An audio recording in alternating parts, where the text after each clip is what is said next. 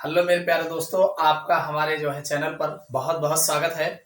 एक class 12th की physics class है जिसमें हम बोर्ड एग्जाम्स की तैयारी कर रहे हैं। उम्मीद करता हूं आप लोग बहुत अच्छे होंगे। देखो बच्चों, आप लोग अपनी तैयारी में एकदम मन चित लगा लीजिए और अपनी तैयारी को रेगुलर करते रहिए। देखिए, हमारा फिजिक्स का चौथा लेसन है गतिमान, आवेश और चुंबकत्व। ये फिजिक्स का चौथा लेसन है और इसमें एक ऐसा इंपॉर्टेंट टॉपिक को लेकर आए हैं जो एग्जाम में एक के बाद एक साल बाद अक्सर पूछा गया है। तो आज का हमारा जो टॉपिक है, बाह्य चुंबकीय क्षेत्र में स्थित चुंबकीय द्विध्रुव की स्थितिज ऊर्जा। बाह्य चुंबकीय क्षेत्र में स्थित चुंबकीय द्विध्रुव की स्थितिज ऊर्जा के बारे में आज हम कंप्लीट जानकारी देने वाले हैं और आप केवल वीडियो के अंत तक बने रहिए। देखिए, आप इसको निकालना चुटकियों में सीख जाएंगे। तो बच्चों, चलिए हम अपनी क्लास शुरुआत करते हैं और आज के टॉपिक को हम समझते हैं कि एग्जाम में लिखना कैसे है। देखो मेरे प्यारे बच्चों, हमारा जो टॉपिक है वो है बाह्य चुंबकीय क्षेत्र में स्थित चुंबकीय द्विध्रुव की स्थितिज ऊर्जा। यानी बाह्य चुंबकीय क्षेत्र में जब कोई चुंबकीय द्विध्रुव रखा जाता है तो उसकी स्थितिज ऊर्जा क्या होती है, इसके बारे में हमें जानना है और इसका व्यंजक स्थापित करना। तो इसमें सबसे पहले आप बताएंगे, देखो जब किसी चुंबकीय द्विध्रुव को, और सीधी सी बात है, जैसे आपने वैद्युत द्विध्रुव को पढ़ा है कि जब किसी वैद्युत द्विध्रुव को किसी वैद्युत क्षेत्र की तीव्रता में रखा जाता है तो उस पर एक बलयुग्म का आघूर्ण कार्य करता है और वही घुमाया जो बलयुग्म का आघूर्ण कार्य करता है वही आघूर्ण उसमें स्थितिज ऊर्जा के रूप में स्थित रहता है। तो उसी को निकाला गया था। तो सेम यहाँ पर भी सेम वही चीज लागू होगा। इसमें अलग से आपको कोई अलग से नहीं ध्यान देना है। बस अगर वो वाला आपको तैयार है, हमने पहले लेसन में बनाया था, तो वही चीज यहाँ पर भी आपको करना है, बस केवल नाम बदल देना है बस। तो यहाँ पर क्या कहना है कि जब किसी चुंबकीय द्विध्रुव को, यहाँ पर क्या बात करना है, वैद्युत द्विध्रुव नहीं कहना, यहाँ चुंबकीय द्विध्रुव कहना है। देखो एक याद करो, एक उसी पर से आराम से दिमाग लगा के रखे रहो। तो जब किसी चुंबकीय द्विध्रुव को बाह्य चुंबकीय क्षेत्र में रखा जाता है, अरे चुंबकीय द्विध्रुव होगा तो कहाँ रखोगे, बाह्य चुंबकीय क्षेत्र में रखोगे।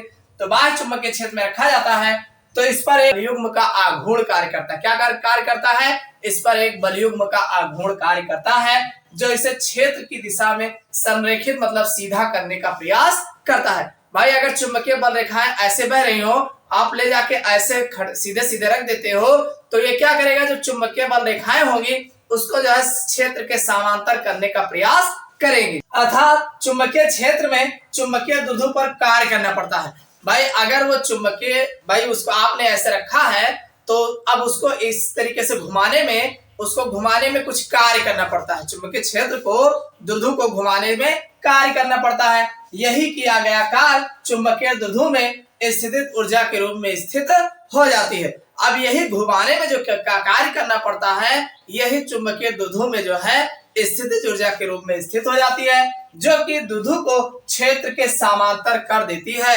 यानी द्विध्रुव को क्षेत्र के समांतर करने का प्रयास करती है, जिसे हमें ज्ञात करना है। भाई जो स्थितिज ऊर्जा के रूप में स्थित हो जाती है या स्थित होती है, इसी को हमें ज्ञात करना है। अब माना एक चुंबकीय द्विध्रुव है, माना हमारा कोई एक चुंबकीय द्विध्रुव है जिसका आघूर्ण यम है। जिसका आघूर्ण क्या है? यम है।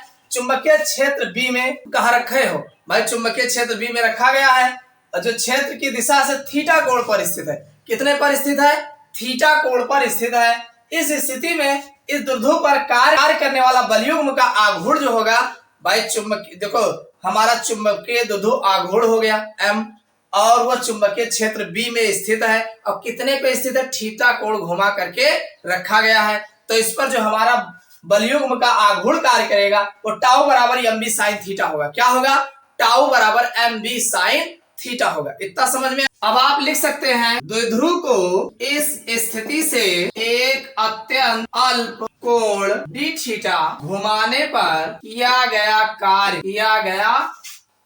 मान लीजिए टाउ बराबर एम बी साइन थीटा था। अब द्विध्रुव को इस स्थिति से इस स्थिति पर यानी थीटा कोण पर जब रखा गया था तो एक अत्यंत अल्प कोण, अब हम थोड़ा सा डी थीटा घुमाने पर किया गया, थोड़ा सा डी थीटा हम घुमाएंगे तो हमारा थोड़ा सा कार्य भी करना पड़ेगा। ये हमारा डब्लू जो होगा भाई टाउ और डी थीटा हो जाएगा। भाई ये बलयुग्म का आघूर्ण टाउ है, तो जब हम थोड़ा से कार्य करेंगे तो थोड़े काम करेंगे तो डब्लू बराबर हमारा हो जाएगा टाउ डी थीटा।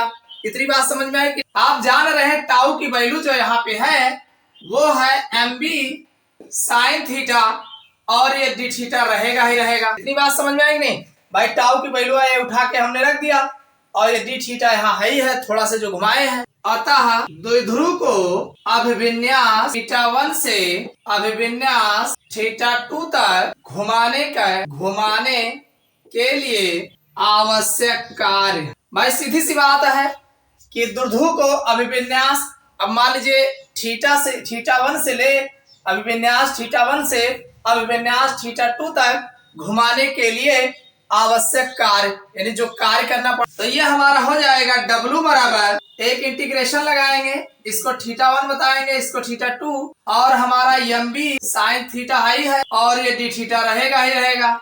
भाई थीटा 1 से थीटा 2 तक बताएंगे तो इसको लिखा जाएगा M B minus cos theta 1 और थीटा, इसको आप लिख सकते हैं equal minus M B cos theta 2 minus, और इसको आप फिर लिख सकते हैं डब्लू बराबर एम बी, भाई ये माइनस अंदर ले जाओगे तो इसको इधर कर लो, यहाँ पे cos थीटा 1 होगा, इसको पहले लिख लेंगे cos theta 1 minus cos theta 2।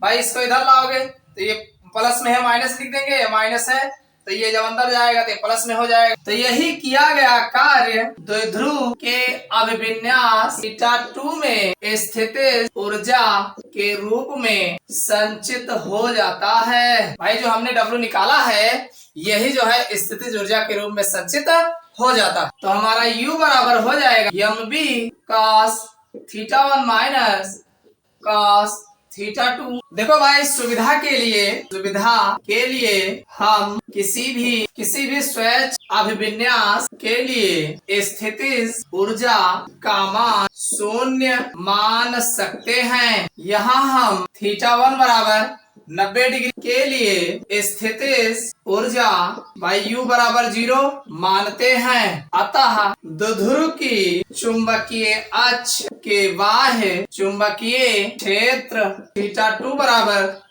Theta अभिविन्यास पर द्विध्रुव की स्थितिज ऊर्जा तो यहाँ पर हो जाएगा भाई, अगर इसको यू थीटा माने तो ये हो जाएगा एम बी कॉस 90 हो जाएगा, एक को 90 मान लेंगे और माइनस कॉस थीटा, तो ये हमारा यू थीटा बराबर minus M B cos theta हो जाएगा जो कि जूल में रहेगा। इसी को आप 0 बराबर लिख सकते हैं माइनस एम बी जूल। तो यही हमारी जो है स्थितिज ऊर्जा प्राप्त होगी। समझ में आया? नहीं समझ में आया फिर से देख लेते हैं। देखो सीधी सी बात है कि हमारा एक चुंबकीय द्विध्रुव है, कोई हमारा चुंबकीय द्विध्रुव है जिसका आघूर्ण m है, तो चुंबकीय क्षेत्र B में क्षेत्र की दिशा से थीटा कोण पर स्थित है। तो थीटा कोण पर स्थित है, इस स्थिति में इस द्विध्रुव पर कार्यरत जो बलयुग्म का आघूर्ण होगा टाउ बराबर एम बी साइन थीटा होता है, ये आपको याद है। ठीक, अब द्विध्रुव को इस स्थिति से एक अत्यंत अल्प कोण डी थीटा जो है इसको घुमाने पर किया गया कार्य होगा। भाई थोड़ा से जब घुमाओगे तो थोड़े से काम करना पड़ेगा, तो डी डब्ल्यू बराबर हो जाएगा टाउ डी थीटा। टाउ की वैल्यू यही उठा के रख देंगे एम बी साइन थीटा और डी थीटा रहेगा ही रहेगा। अब आगे कहा गया अतः द्विध्रुव को अभिविन्यास थीटा 1 से, मान लीजिए यहीं पे स्थित है, अब वो थीटा 1 पे था, अब उसको ले गए थीटा 2 पे, तो अभिविन्यास थीटा 2 तक घुमाने के लिए आवश्यक कार्य जो डब्ल्यू होगा वो हमारा इंटीग्रेशन लगाएंगे थीटा 1 से थीटा 2 तक और M B sine theta D theta हो जाएगा। इसको ठीक से करोगे तो एम बी हो जाएगा माइनस कास थीटा 1 से लेकर थीटा 2 तक बताएंगे और फिर बराबर minus M B cos theta 2 minus cos theta 1 हो जाएगा। अब ये माइनस एम बी माइनस जो है अंदर ले जाएंगे तो देखो ये माइनस में प्लस हो जाएगा, कास थीटा ये अलग हो जाएगा, कास थीटा 1 हो जाएगा और ये प्लस में है तो ये माइनस जाएगा, माइनस कास थीटा 2 हो जाएगा। तो डब्ल्यू बराबर M B cos theta 1 minus cos theta 2, ये हमें जो है जूल में जो है प्राप्त होगा। इतनी बात समझ में आई। अब आगे कहा गया यही जो डब्ल्यू है जो कार्य किए हो यही किया गया कार्य द्विध्रुव के अभिविन्यास θ2 में स्थितिज ऊर्जा के रूप में संचित हो जाता है।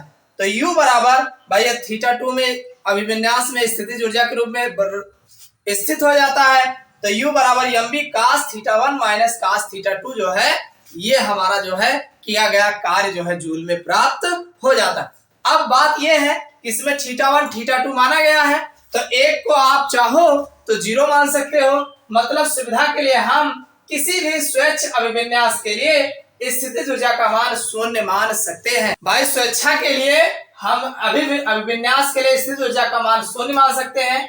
यहाँ हम θ1 बराबर 90 डिग्री कर लेते हैं। θ1 जो है 90 डिग्री कर लेने के लिए स्थितिज ऊर्जा U बराबर 0 आ जाएगा। तो मानते हैं, इसको हम मान लेते हैं, मानते हैं, ठीक। तो अतः द्विध्रुव के चुंबकीय अक्ष के बाह्य चुंबकीय क्षेत्र θ2 बराबर θ मान लेते हैं, यानी उसको हम घुमाए हैं, और θ1 को 90 डिग्री मान लेते हैं, मतलब 0 मान लेते हैं। तो अभिविन्यास पर द्विध्रुव की स्थितिज ऊर्जा जो होगी Uθ, यानी मान लीजिए हम θ1 पर घुमाए हैं तो mv cos 90, एक के वैल्यू हमने 90 रख दिया है, तो माइनस cos θ, तो जिसका cos 90 रखा है उसकी वैल्यू 1 हो जाएगी। तो हमारा Uθ बराबर ये माइनस यहाँ है, ये उठ करके यहाँ बाहर आ जाएगा, तो माइनस mv इसका मान 1 हो ही गया है, तो ये cos θ जो है निकल के आ जाएगा। कुल मिला के अगर एक को आप θ मानते हैं और दूसरे को 90 मान लेते हैं, यानी उसकी स्थितिज ऊर्जा 0 कर देते हैं, तब जो है आपका जो वैल्यू निकल के आ जाएगा माइनस mv cos θ जूल में आ जाएगा। अब अगर आप 0 पर ही देखते हैं तो U0 जो होगा माइनस mv जो है जूल जो है निकल के आ जाएगा। तो ये तो था बाह्य चुंबकीय क्षेत्र में स्थित चुंबकीय द्विध्रुव की स्थितिज ऊर्जा का निर्धारण करना। तो इस प्रकार से जो है चुंबकीय द्विध्रुव की स्थितिज ऊर्जा ज्ञात की जा सकती है। तो उम्मीद करता हूं ये आपको समझ में आ गया होगा। समझ में अगर आया हो तो वीडियो को लाइक कर देना और अपने दोस्तों के साथ जो है शेयर करिएगा। इस क्लास में बस इतना ही, फिर अगले क्लास में देखो ये लेसन लगभग समाप्त हो गया है। इस लेसन में जो इम्पोर्टेंट न्यूमेरिकल्स हैं उसको हम अगले लेक्चर्स में जो है देखने वाले। तो फिर मिलते हैं।